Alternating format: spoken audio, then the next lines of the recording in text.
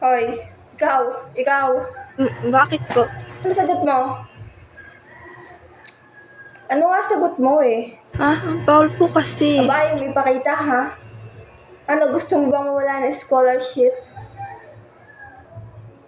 Akin na yung sagot mo, akin na. Hala, hindi po talaga pwede. Ayaw mo talaga? Hindi mo ba alam?